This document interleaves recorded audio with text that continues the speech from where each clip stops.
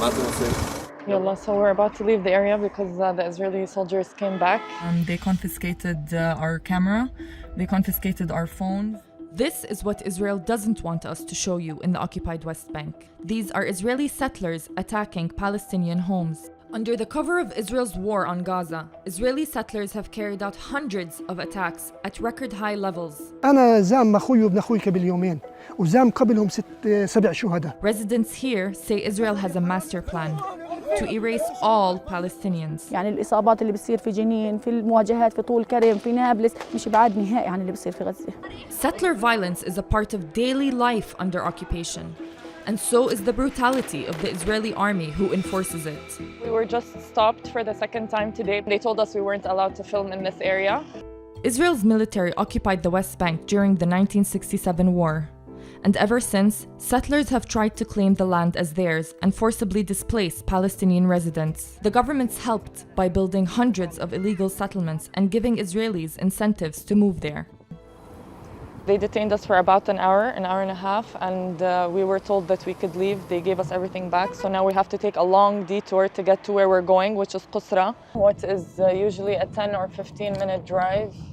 Today takes an hour and a half to 2 hours. Many people have been saying this is a form of collective punishment. The closures not only cut off cities from villages, but villages from one another. Families are unable to see each other. People who need to get to hospitals are forced to obey based on the whims of the Israeli army soldiers. But remember, this is what life was like before October 7th.